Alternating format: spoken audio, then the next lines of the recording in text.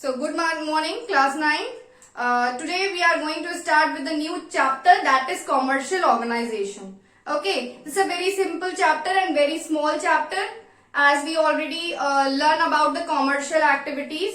Okay, so what are commercial organization? First of all, what is the introduction? What is the meaning of commercial organization?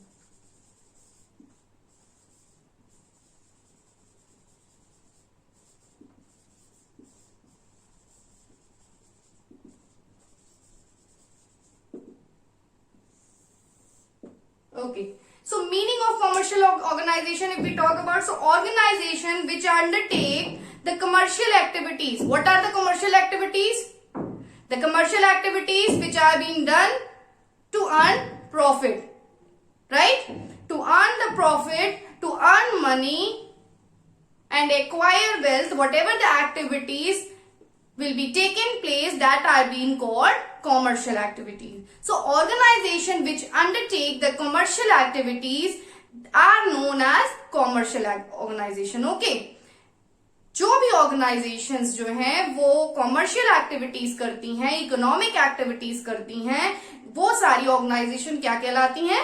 Commercial organization कहलाती हैं, because their main motive is to earn profit, profit कमाना. These may be owned by one or they can be or more individuals. वो organisations किसी एक owner से भी चल सकती हैं, कोई उसका एक मालिक भी हो सकता है, एक ओनर भी हो सकता है और उसके कई ओनर भी हो सकते हैं. that depends upon the organization.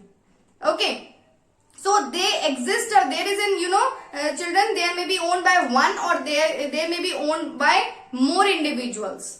They exist a wide variety of commercial organizations. There are many commercial organizations. अगर हम ये बात करें कौन कौन सी, जैसे ट्रेडिशनल ऑर्गेनाइजेशंस भी हैं, ट्रेडिंग कंपनीज भी हैं, ट्रेडिंग ऑर्गेनाइजेशंस भी हैं, ट्रांसपोर्टेशन ऑर्गेनाइजेशंस हैं, warehousing, banking, insurance, advertising, बहुत सारी हैं. सो द कमर्शियल ऑर्गेनाइजेशन में भी ये कह सकते हैं, दे can B micro, they can B small, they can B medium, they can be large. ठीक है, so whatever the organization which undertake commercial activities, इसका मेन कीवर्ड क्या है? undertake the commercial activities. Okay, this you have to underline when you will write the definition or the meaning. Okay, because these keywords you have to underline, on the basis of these keywords you will get marks. So organization which undertake commercial activities are known as commercial organization. Their maybe motive is to earn money. Okay, and they can be owned by one individual or they can owned by more one more individuals. Okay, their main motive is earning profit. Now if we talk about how can be, अभी मैंने जैसे आपको बताया कि एक भी हो सकता है इंडिविजुअल, एक भी ओनर हो सकता है और उसके कई ओनर हो सकते हैं. कैसे हो सकते हैं? क्योंकि वो कॉमर्शियल ऑर्गेनाइजेशन जो है वो माइक्रो भी हो सकती है, मीडियम भी हो सकती है, लार्ज भी हो सकती है, स्मॉल भी हो सकती है. तो अगर कोई बहुत बड़ी ऑर्गेनाइजेशन है तो जाहिर सी बात है उसमें ज्यादा पैसा लगा होगा ऑर्गेनाइजेशन को स्टार्ट करने में. So that we will discuss later on. So class, if we talk about the classification of commercial organization, have you understood what is the definition of commercial organization, the meaning? Is it okay? Yes, sir. Okay, now the second point is, what is classification?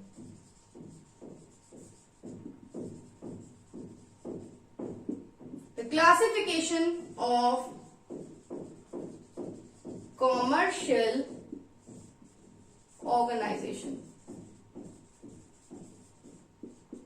So बेटा, the classification if we talk about, तो classification में क्या होता है? Commercial organization, they can be classified with the three type of sectors. It can be private sector, it can be public sector and it can be joint sector enterprises. Okay, on the basis of ownership if we talk about, on the basis of ownership, ownership का मतलब मालिक जो है, ownership के according, जो जिनका मलकियत है business पे, ठीक है, जो ओनर्स हैं बिजनेस के. तो on the basis of ownership, classification of commercial organization, the organization can be classified with 3 parts, right? The commercial organization can be divided in 3 parts. First is private sector, second one is public sector, and third one is joint sector enterprise, right? Joint sector enterprise. Now what we have to do, we are knowing that what is the classification of commercial organization, private sector, public sector and joint sector. In simple language, if we talk about in simply, what is private sector, what is public sector and what is joint sector. So public sector, the business enterprises which are owned, controlled and managed by the private की बात अगर हम करें तो private जो sector होते हैं हमारे,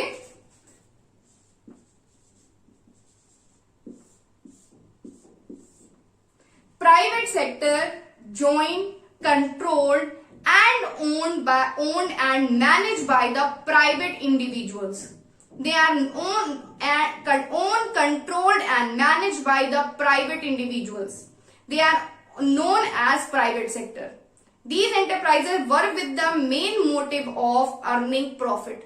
अब रिलायंस इंडिया लिमिटेड क्या है? Reliance India Limited is a private or is a public sector?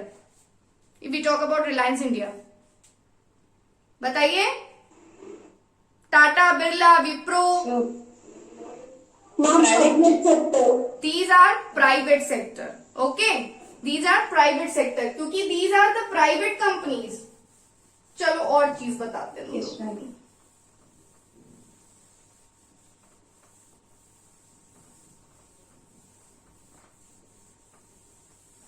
Right. सो अगर हम प्राइवेट सेक्टर की बात करें,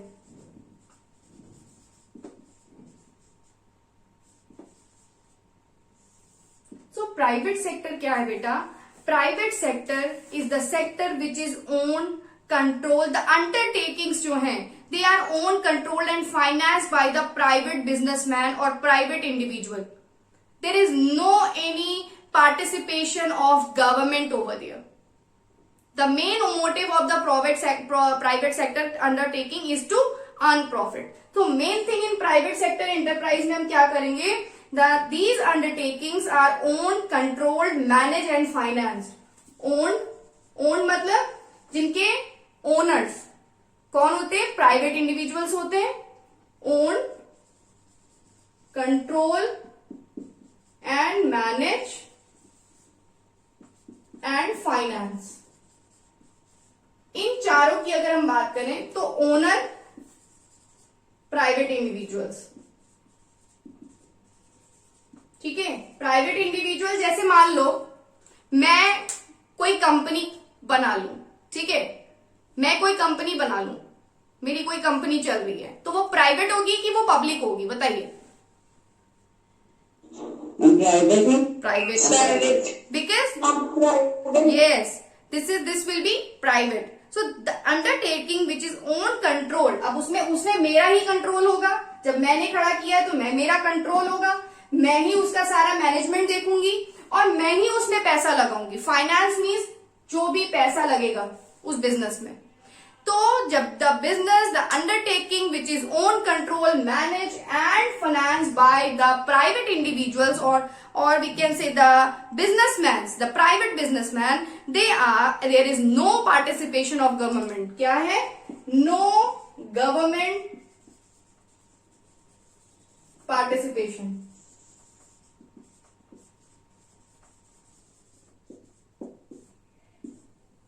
इसमें गवर्नमेंट का कोई भी पार्टिसिपेशन नहीं होता है, गवर्नमेंट कुछ भी नहीं देती है, ठीक है. इसमें जो भी करता है वो प्राइवेट ओनर वो करता है, जो भी बिजनेस कर रहा होता है. ओके.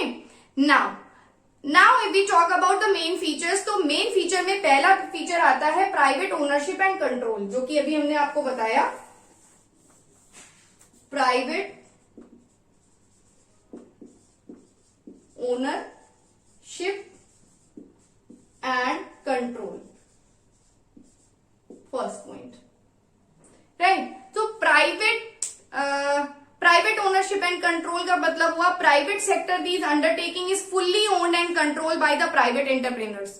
जैसे रिलायंस इंडिया इंडस्ट्रीज है, धीरू भाई अंबानी, टाटा कंसल्टेंट, रतन टाटा, जमशेद टाटा, ये क्या है, ये उनके मालिक हैं। तो उनपे पूरा कंट्रोल जो है they are fully owned and controlled by the private individuals, a private businessman, ठीक है। So a private sector undertaking is fully owned and controlled by the private entrepreneurs.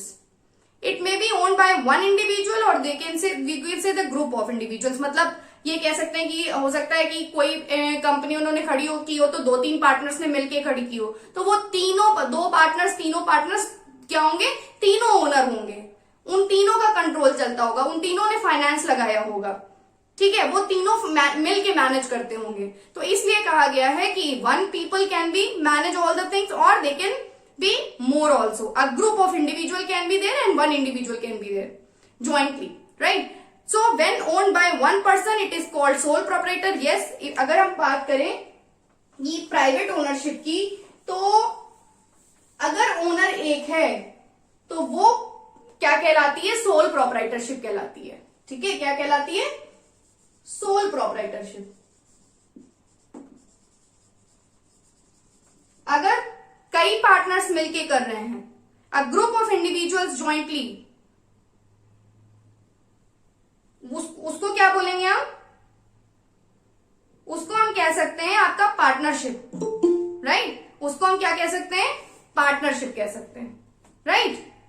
Now if we talk about private ownership and control, so there can be many organizations or there can be many things that own, control and managed by the individual. अगर कोई भी business enterprise है, if any business enterprise is managing by one person, so that organization will be called the sole proprietorship. Always remember this thing कि sole proprietorship क्या होती है, the all things will be managed, control, finance and whatever the risk or whatever the profit and loss will be there, that will be handled by only one person. That person will be the owner of that sole proprietorship. Okay. इसमें क्या होगा, उसमें business में पैसा भी एक नहीं लगाया है, उसी पर्सन का जिसने पैसा लगाया है उसी का कंट्रोल होगा बिजनेस पे, उसी पर्सन ने पैसा लगाया है, फाइनेंस भी उसी ने किया है, कंट्रोल भी वही करता है, सारी चीजें भी वही मैनेज करता है, मैनेजमेंट ऑल्सो। एंड यस, जो प्रॉफिट होता है या फिर प्रॉफिट भी वही लेता है, और या फिर जो रिस्क होता है या फिर जो लॉसेस होते हैं वो भी एक सिंगल पर्सन जो है वो बेयर करता है। That person will be called sole proprietor. Okay, अगर इफ कॉमर्शियल ऑर्गेनाइजेशन की अगर हम बात करें, तो अगर एक ऑर्गेनाइजेशन को 2 and more than 2 peoples are managing the things, ठीक है, 2 or more than 2 peoples or more than 10 peoples, if they are managing the things, so that organization will be called, either it will be partnership, it could be joint stock company,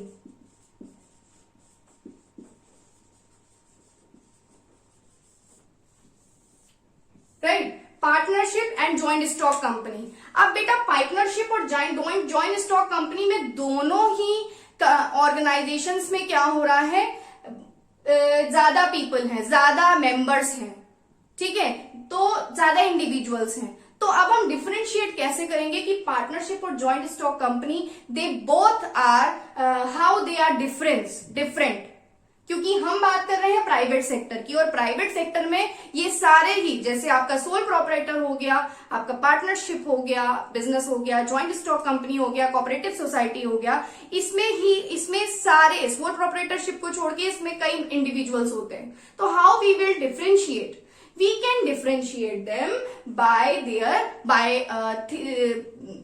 talking about their members. अगर हम partnership की बात करें तो इसमें क्या होता है बेटा, इसमें लिमिटेशंस हैं, इसमें पार्टनर्स की लिमिटेशंस हैं कि कितने इंडिविजुअल्स एक ऑर्गेनाइजेशन, अगर कोई पार्टनरशिप फर्म है तो कितने इंडिविजुअल्स एक ऑर्गेनाइजेशन में हो सकते हैं। But in joint stock company there is no limitation of such partners और सच इंडिविजुअल्स।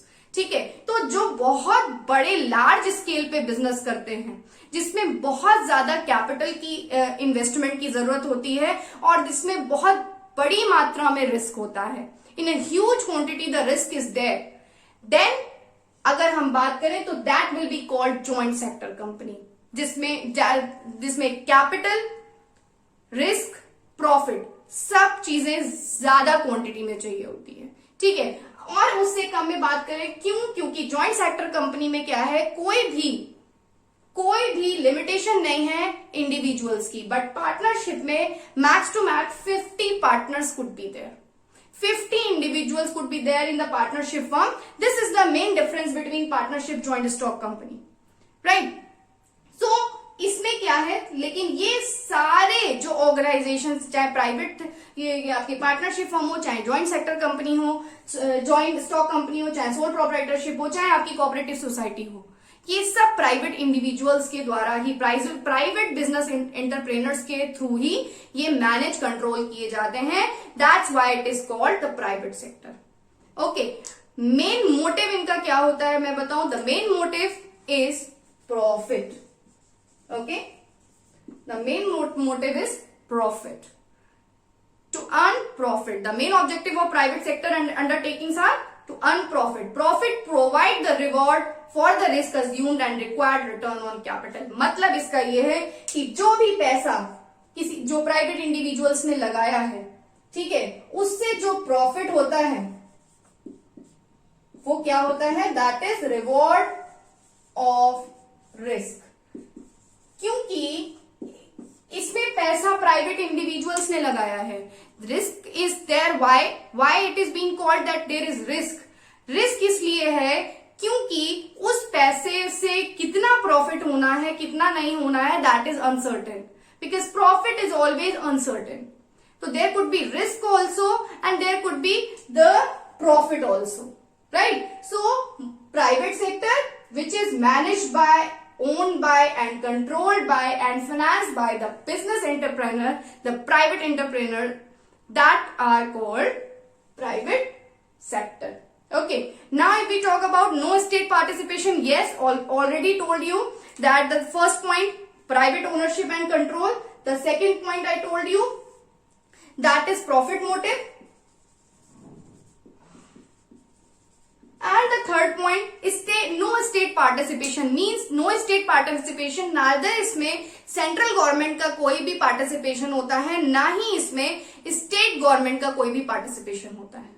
ठीक है, there is no participation by central government and state government in the ownership and control of a private sector undertaking, right? Private finance होता है। The fourth point is private finance. Private finance का क्या मतलब है, already told you कि business individuals जो होते हैं वो प्राइवेट बिजनेस इंडिविजुअल्स होते हैं और वो प्राइवेट बिजनेस इंडिविजुअल ही उसमें पैसा लगाते हैं।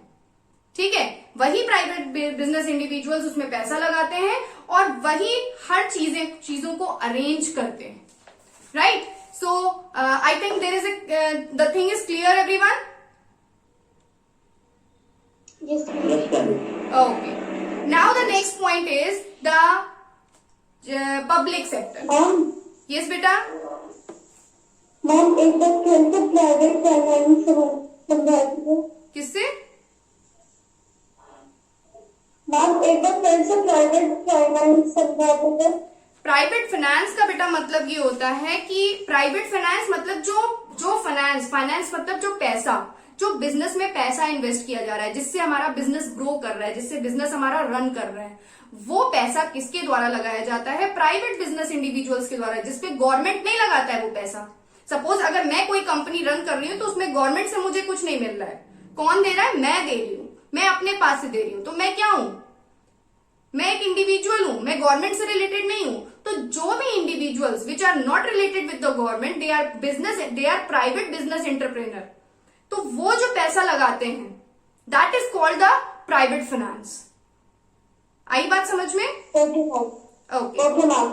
okay, now the second point is that is public sector, right? One more point is there that independent management, as I already told you कि इसमें गवर्नमेंट का कोई भी हाथ नहीं होता है, इसमें इंडिपेंडेंटली प्राइवेट बिजनेस ओनर ही, जो एंटरप्रेनर होता है वही काम करता है सारे। अगर हम बात करें पब्लिक सेक्टर की, ठीक है, नेक्स्ट पॉइंट हमारा आता है public sector.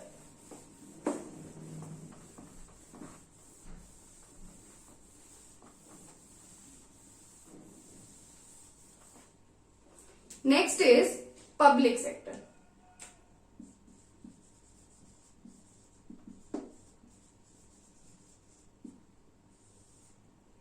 Right.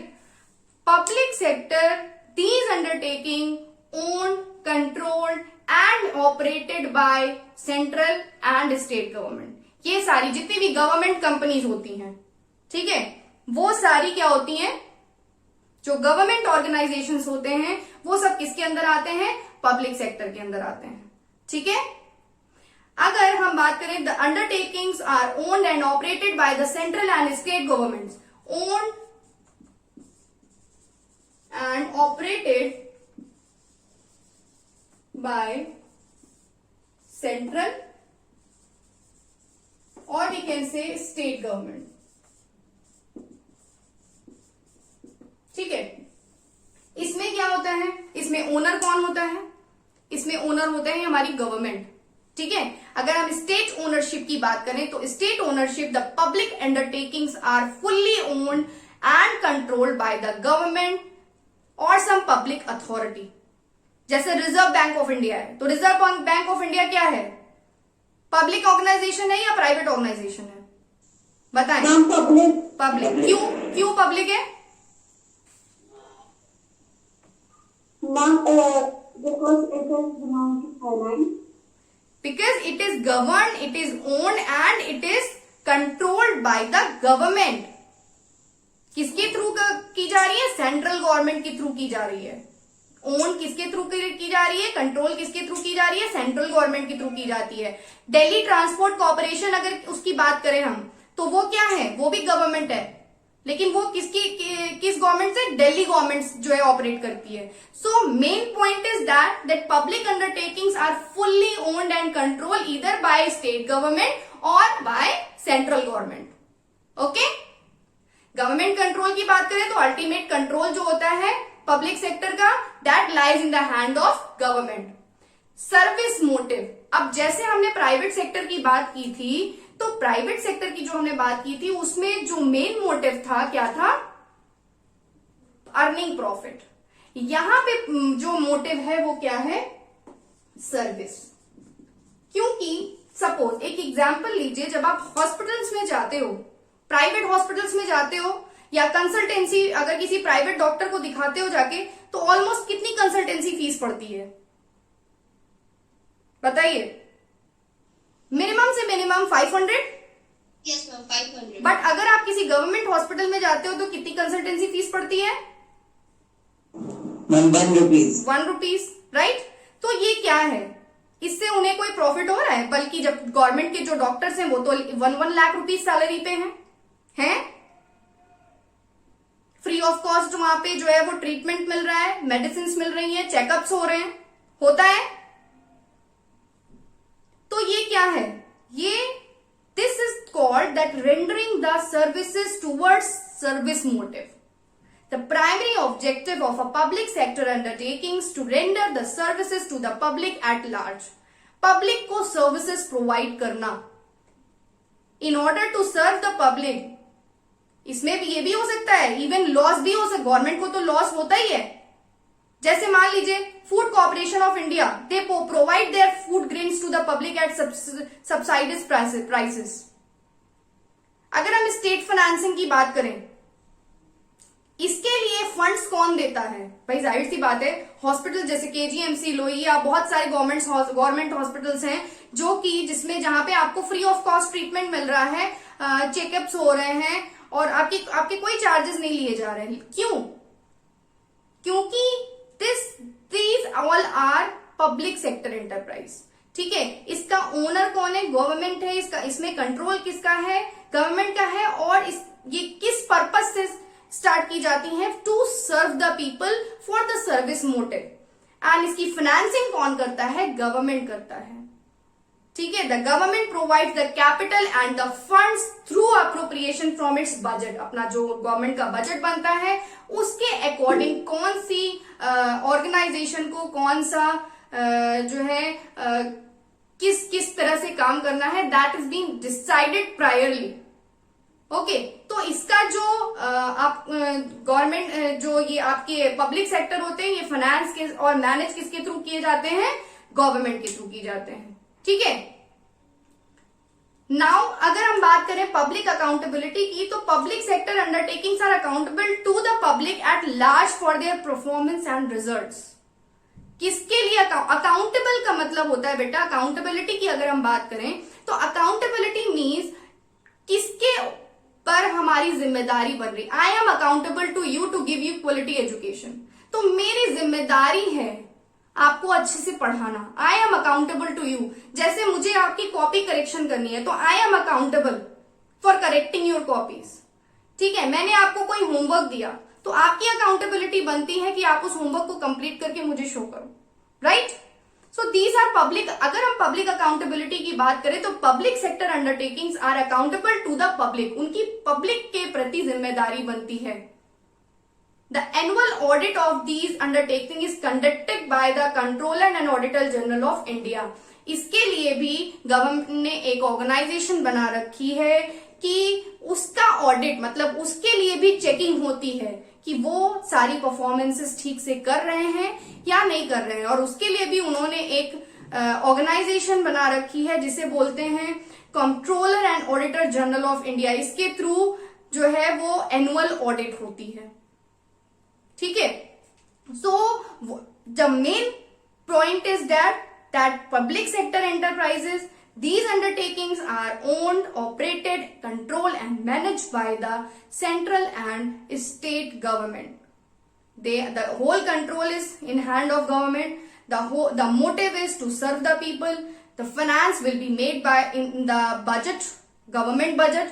Government make the finances, government give the funds to them. Now, right now, students are joining. What is the need and what will be the benefit? Now, okay, right? So, financing and वो किसके प्रति accountable होते हैं? Public के प्रति accountable होते हैं। Right, अब नेक्स्ट पॉइंट हमारा बनता है joint sector enterprises. Right, joint sector enterprises are what? Joint sector enterprises जो बेटा हमारे होते हैं, सिंपली इसमें कुछ भी बताने वाला नहीं है, जिसमें गवर्नमेंट प्लस आपका प्राइवेट इंडिविजुअल्स दोनों ही मिलके मैनेज करते हैं। ठीक है, तो वो कौन से एंटरप्राइजेस कहलाते हैं? जॉइंट सेक्टर एंटरप्राइजेस कहलाते हैं। राइट, अब अगर हम बात करें joint sector enterprises, they consist of business undertakings where the ownership, control and management is shared jointly by the government and the private entrepreneurs.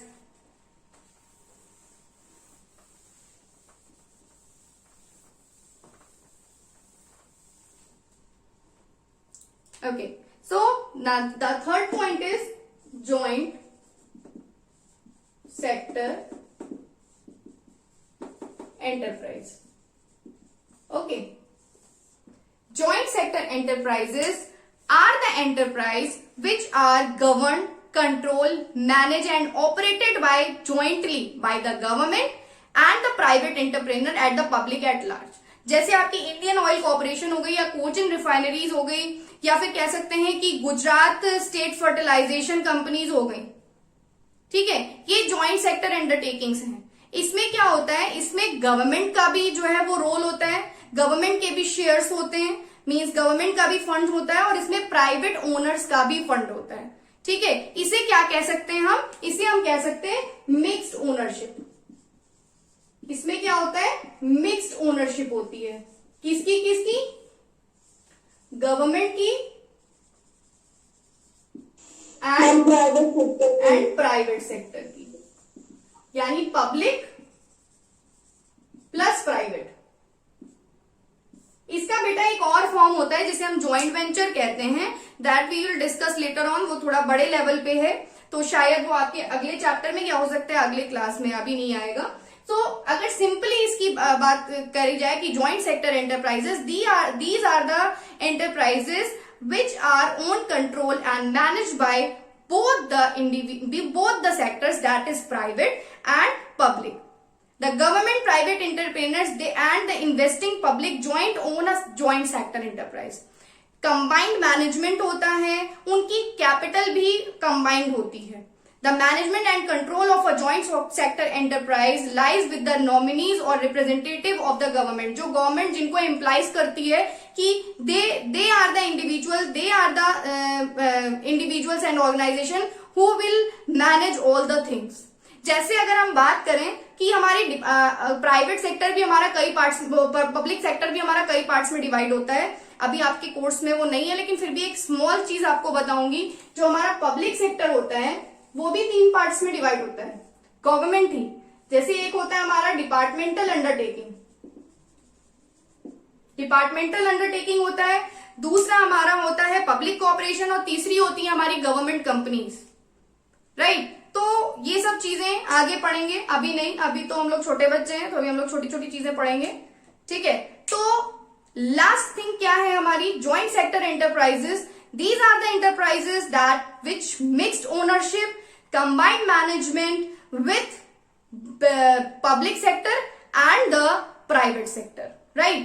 And सबसे बड़ी चीज जो इसमें होती है, the share of the government, private businessmen and the public in the company is 26%. Yes, please note down this. The shares अगर हम बात करें कि कैपिटल किस तरह से होती है, तो कैपिटल होती है इसमें 26%. The 26% capital, 25% capital and 49% participation respectively. Government, private businessman and public. 26% for the government, 25% public. Ma'am, for public. Yes, 25% for the private private. For the private businessman, and rest 49% for public. Okay children, so these